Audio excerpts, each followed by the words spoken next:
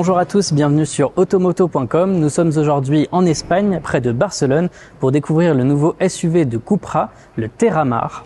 Avant toute chose, je vous invite à vous abonner à la chaîne YouTube d'Automoto pour découvrir toutes les actualités et rester au courant de l'actu auto et moto.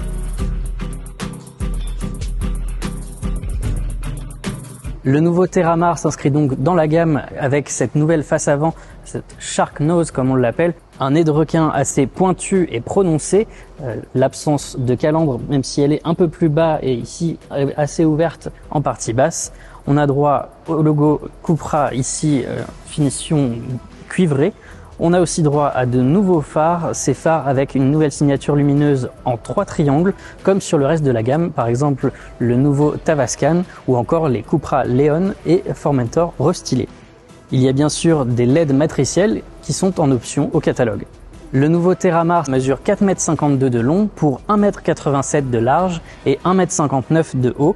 C'est donc peu ou prou la même taille que le Volkswagen Tiguan, son proche cousin, avec qui il partage sa plateforme MQB Evo.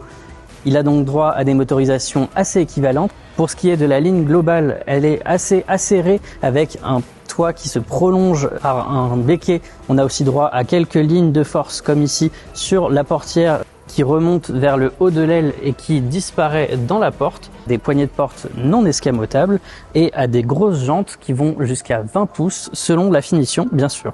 Elles sont ici en finition cuivrée, une couleur chère à Cupra. Ce nouveau membre de la famille Cupra reprend les gènes des autres modèles avec ce long bandeau sur tout le haillon qui est ici illuminé au centre avec ce logo Cupra qui est ici doublé par une écriture en partie basse du haillon. On a aussi un diffuseur en partie basse ici traité en gris pour assumer un peu le côté sportif et le côté SUV, même si les passages de roues ne sont pas en plastique noir comme souvent sur les SUV, mais ils sont ici directement dans la carrosserie. Ça donne un côté un peu plus crossover, un peu plus break à ce modèle.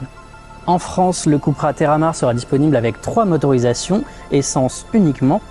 Un essence micro-hybride 1,5 litre de 150 chevaux associé à une boîte automatique DSG à 7 rapports et 2 hybrides rechargeables e-hybrides de 204 et 272 chevaux. Ce sont donc les mêmes moteurs que sur le Volkswagen Tiguan avec pour les versions hybrides rechargeables une batterie de 19,7 kWh net qui permettrait un peu plus de 100 km d'autonomie.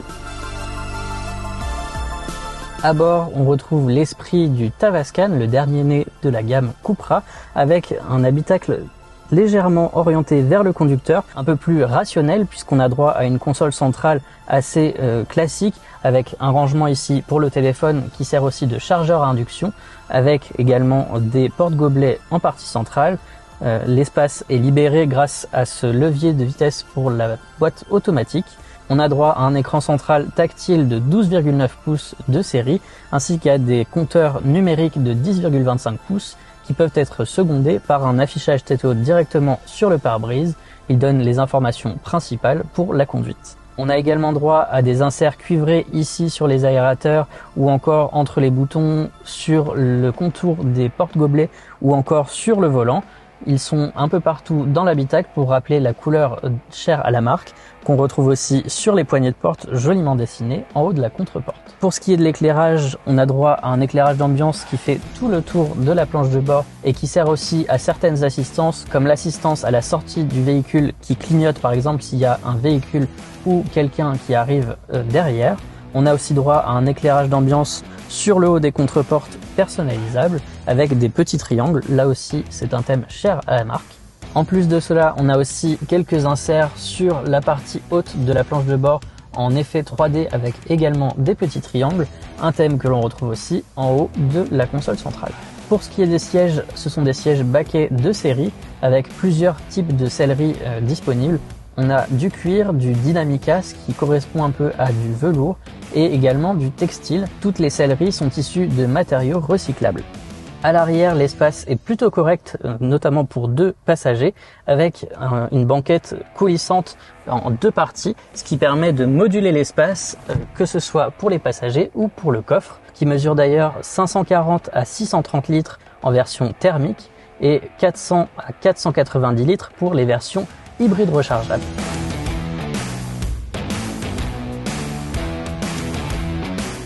Le Cupra Terramar sera produit dans l'usine Audi de Győr en Hongrie. Il sera disponible à partir du mois de septembre pour des premières livraisons dès le mois de novembre. Je vous donne rendez-vous sur Automoto pour découvrir plus en détail le modèle et bientôt ses tarifs. En attendant, n'hésitez pas à vous abonner à la chaîne YouTube pour ne rien manquer de l'actu auto et moto.